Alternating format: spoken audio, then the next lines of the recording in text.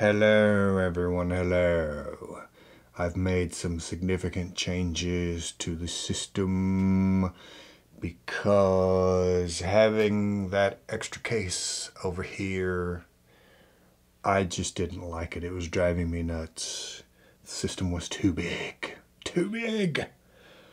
So I took all of the things that I felt like I had to have here and then thought of the extra case as being a separate system, and I'll have to set it up someplace and do a video where I just play it. I've got it figured out. I think it will be good. But yes, I took it away from here and I set this thing there instead, my Korg MS-20 Mini. And it's been one of these mysterious objects with a cloth over it like that. See, now you can't see it. But this is not new. I had this actually before I started on this. And I started on this thinking it would be an expansion for that, but the problem is the MS-20 doesn't speak the same language as Eurorack. This pitch CV is hertz per volt, and this is volts per octave. They're not the same, so they can't you can't share pitch CV from one system to the other. Now there are ways to convert. BeatStep and KeyStep and the SQ1 can all, I mean, they all have options to set them for hertz per volt, but you can't make them do both, so you got to choose one or the other. And there's also, this uses S triggers and this uses V triggers. So the gate polarity is opposite, and like the LFO polarity is opposite. There are certain things that you can patch from one to the other because it uses CV voltage the same way, but the pitch and the gating are different, and so it's like two different languages. Anyway, I can play it manually, but I'll have to turn that microphone down because you can hear the table thumping. Anyhow, let's see, this here's the patch. Let me press play.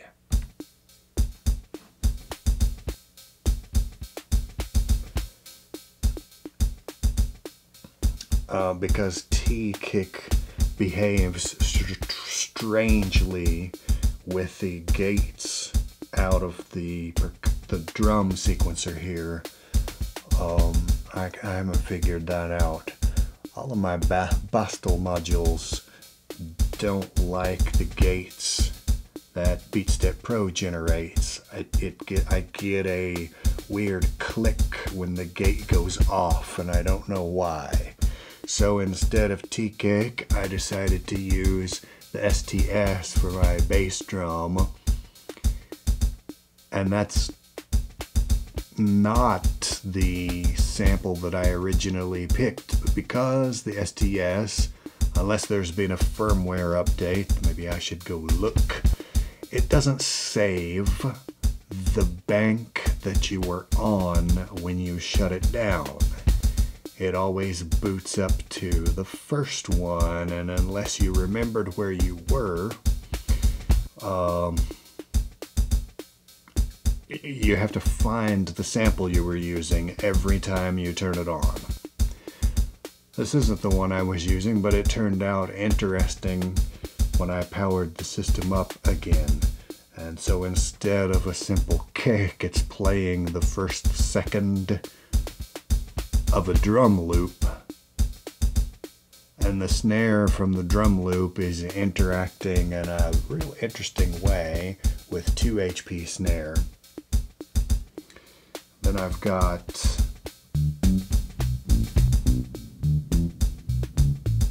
life forms playing bass, sequence 1, and rings is sequence 2.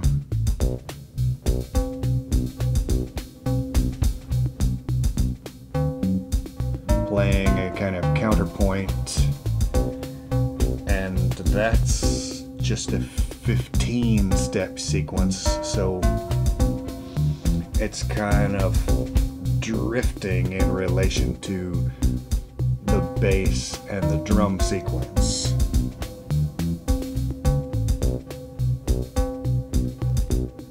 Let's see, I'm gonna get the camera situated here.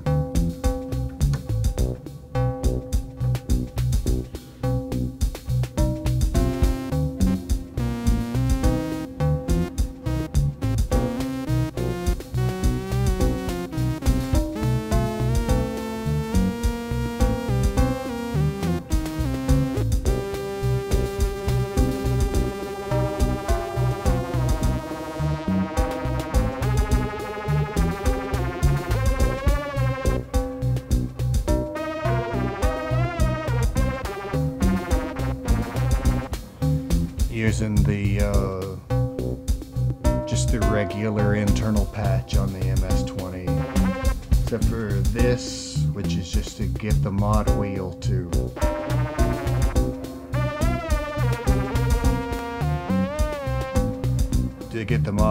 change the pitch for me. Because for some reason that's not part of the normal patch. You have to actually do this to get that mod wheel to do anything.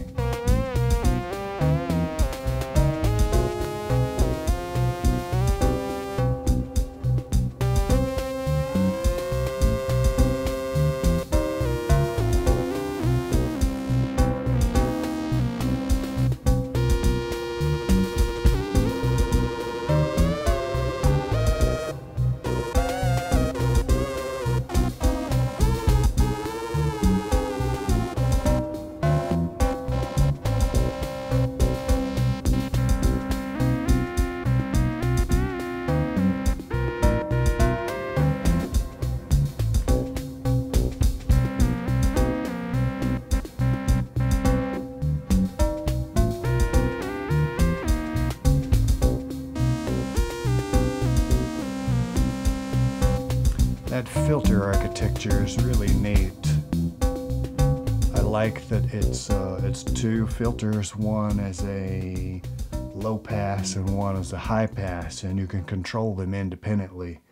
I thought for a while that I was going to get rid of this thing, but I'm glad I didn't. It has a very a nice, unique, sort of buzzy sound all its own.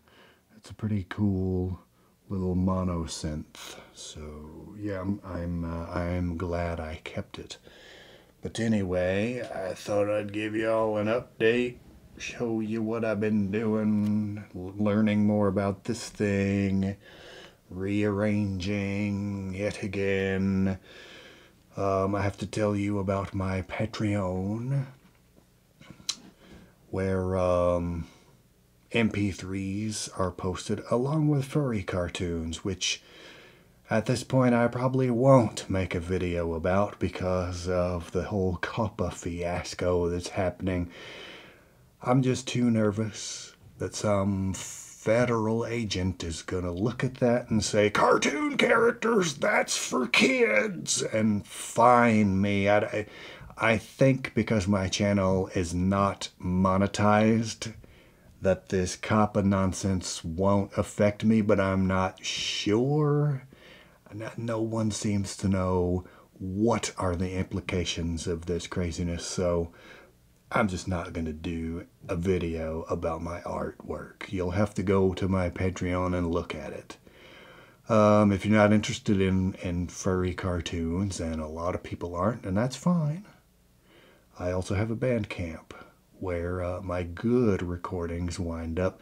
After a brief delay, Patreon gets to hear them first.